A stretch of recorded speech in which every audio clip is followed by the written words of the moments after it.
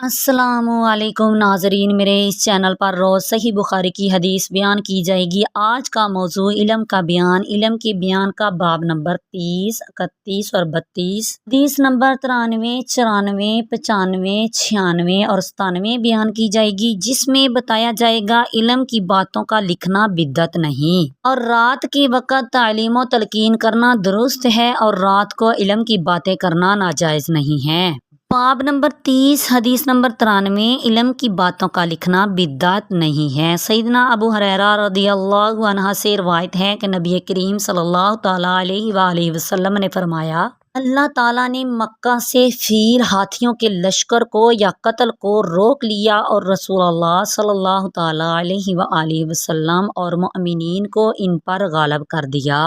آگاہ ہو رہو، مکہ میں قتال کرنا نہ مجھ سے پہلے کسی کے لیے حلال ہوا ہے اور نہ میرے بعد کسی کے لیے حلال ہوگا۔ آگاہ رہو، وہ میرے لیے ایک گھڑی بھر دن میں حلال ہو گیا تھا۔ آگاہ رہو، اب وہ اس وقت حرام ہے، اس کا کانٹا نہ توڑا جائے گا اور اس کا درخت نہ کاٹا جائے گا، اور اس کی گری ہوئی چیز سوائے اعلان کرنے والے کے نہ کوئی اٹھائے، یعنی جو اس کے اصل مالک کو ڈھونڈے اور یہ چیز اس کے حوالے کرے، اور جس کسی کا کوئی عزیز قتل کیا جائے تو اسے ان دو صورتوں میں سے ایک کا اختیار ہے، یا اس کو دیت دلا دی جائے یا قصاص لیا جائے، قاتل مقتول کے ورثاء کے حوالے کیا جائے۔ اتنے میں ایک شخص اہل یمن میں سے آ گیا اور اس نے کہا، یا رسول اللہ صلی اللہ تعالیٰ علیہ وآلہ وسلم، یہ خطبہ میرے لیے لکھ دیجئے۔ آپ صلی اللہ تعالیٰ علیہ وآلہ وسلم نے فرمایا، ابو فلاں کے لیے لکھ دو۔ پھر قریش کے ایک شخص نے کہا، یا رسول اللہ صلی اللہ تعالیٰ علیہ وآلہ وسلم، اذخر گھاس کے سوا اور چیزوں کے کاٹنے کی ممانعت فرمائیے، اور اذخر کی ممانعت نہ فرمائیے، اس لیے کہ ہم اس کو اپنے گھروں اور قبروں میں لگاتے ہیں۔ تو نبی کریم صلی اللہ تعالیٰ علیہ وآلہ وسلم نے فرمایا، ہاں، اذخر کے سوا اور اشیاء کاٹنے کی ممانعت ہے۔ اسی باب کی دوسری حدیث، حدیث نمبر 94، سیدنا ابن عباس رضی اللہ عنہ سے روایت ہے کہ جب نبی کریم صلی اللہ تعالیٰ علیہ وآلہ وسلم کا مرض سخت ہو گیا تو آپ صلی اللہ تعالیٰ علیہ وآلہ وسلم نے فرمایا، میرے پاس لکھنے کی چیزیں لاؤ تاکہ میں تمہارے لیے ایک نوشتہ لکھ دوں، اس کے بعد پھر تم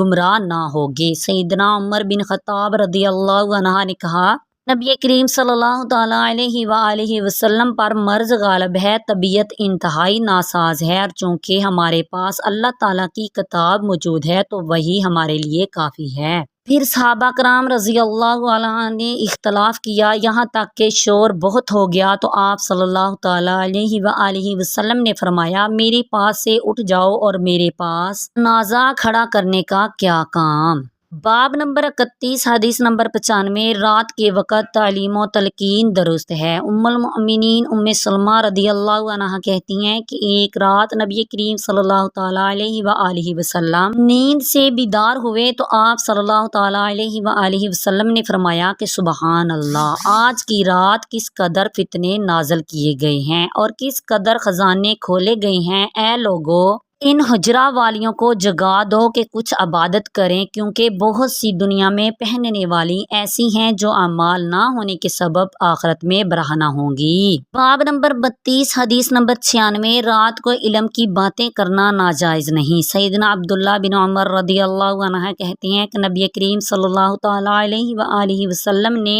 ایک مرتبہ اپنی اخیر عمر مبارک میں عشاء کی نماز پڑھائی، پھر جب سلام پھیر چکے تو کھڑے ہو گئے اور فرمایا، تم اپنی اس رات کو اچھی طرح یاد رکھنا، دیکھو آج کی رات سے 100 برس کے آخر تک کوئی شخص جو زمین پر ہے باقی نہ رہے گا۔ اسی باب کی دوسری حدیث، حدیث نمبر 97، ابن عباس رضی اللہ عنہ کہتی ہیں کہ میں ایک شب اپنی خالہ ام المؤمنین میمونہ بنت حارث زوجہ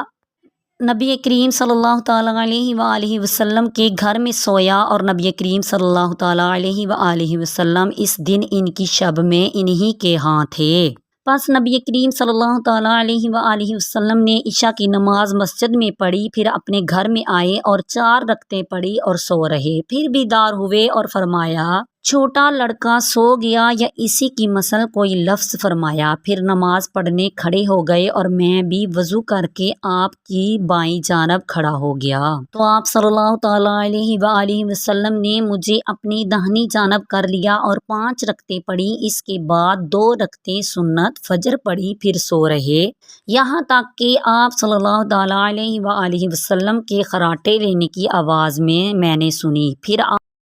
صلی اللہ تعالیٰ علیہ وآلہ وسلم نماز فجر کے لیے مسجد تشریف لے گئے۔ میری آنے والی ویڈیو میں علم کے بیان کا باب نمبر 33 اور 34 بیان کیا جائے گا، جس میں بتایا جائے گا علم کی باتوں کا یاد کرنا نہایت ضروری ہے اور علماء کی باتیں سننے کے لیے چپ رہنا چاہیے۔ ان 2 بابوں میں حدیث نمبر 98، 99، 100 اور 101 بیان کی جائے گی۔ پوری حدیثیں سننے کے لیے میرے چینل کو سبسکرائب کریں، ویڈیو اچھی لگی تو لائک کریں۔ شکریہ۔ آمین بجاہ النبی الامین۔